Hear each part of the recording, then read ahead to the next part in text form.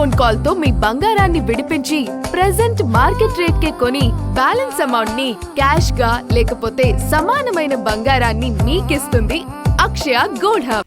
దక్షిణాసియా, ఆగ్నేయాసియా దేశాలతో పోలిస్తే భారత్ పైనే అమెరికా సుంకాలు తక్కువగా ఉండడం దేశీ ఎగుమతిదారులకు కలిసి రానుంది. ఇక నుంచి ఆయా దేశాల ఉత్పత్తులకు భారత్ గట్టి పోటీ ఇవ్వనుంది. బంగ్లాదేశ్, పాకిస్తాన్, చైనాలతో పోలిస్తే భారతీయ ఉత్పత్తులే అమెరికాలో చౌకగా లభించనున్నాయి. ఫలితంగా భారత్లోని కార్మిక ఆధారిత రంగాల్లో ఉపాధి అవకాశాలు పెరగనున్నాయి. ఉత్పత్తి పెరిగితే దేశ ఆర్థిక చక్రం మరింత జోరందుకుంటుంది. భారత్కు చెందిన వస్తువులపై సుంకాలను అమెరికా అధ్యక్షుడు డొనాల్డ్ ట్రంప్ 18% తగ్గించారు. దీంతో ఆసియాలోని ప్రధాన ఆర్థిక వ్యవస్థలతో పోలిస్తే భారత్పైనే అమెరికా సుంకాలు తక్కువగా ఉన్నాయి. పొరుగు దేశాలతో పోల్చినా భారత్కే అనుకూలంగా ఉంది. బంగ్లాదేశ్, పాకిస్తాన్ ఉత్పత్తులపై అమెరికా సుంకాలు 19% ఉన్నాయి.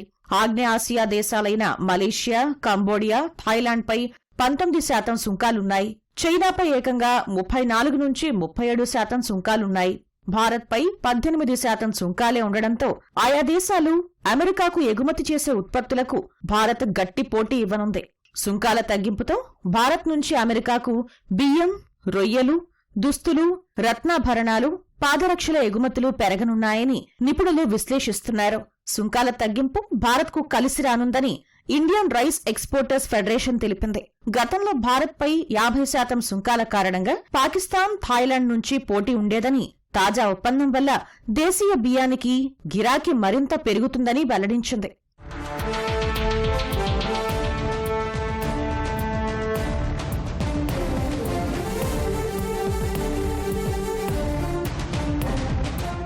సుంకాల తగ్గింపు వల్ల వస్త్ర, రత్నాభరణాలు, తోలు పరిశ్రమ వంటి రంగాలు ప్రయోజనం పొందనున్నాయని ఫిక్కీ ప్రెసిడెంట్ అనంత్ గోయంకా తెలిపారు.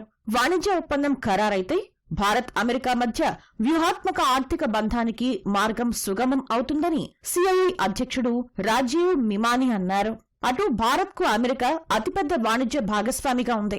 2024-25లో భారత్, అమెరికా ద్వైపాక్షిక వాణిజ్యం $128.9 బిలియన్ ఉంది. ఇందులో భారత్ అమెరికాకు $87.3 బిలియన్ విలువైన వస్తువుల్ని ఎగుమతి చేసింది. అధ్యక్షుడిగా డొనాల్డ్ ట్రంప్ రెండోసారి బాధ్యతలు చేపట్టాక ఇరు దేశాల మధ్య ద్వైపాక్షిక వాణిజ్య ఒప్పందం విషయంలో ఒడిదుడుకులు చోటు చేసుకున్నాయి. ట్రంప్ విధించిన సుంకాలు, ప్రతీకార సుంకాల కారణంగా ఇరు దేశాల మధ్య సంబంధాలు దెబ్బతిన్నాయి.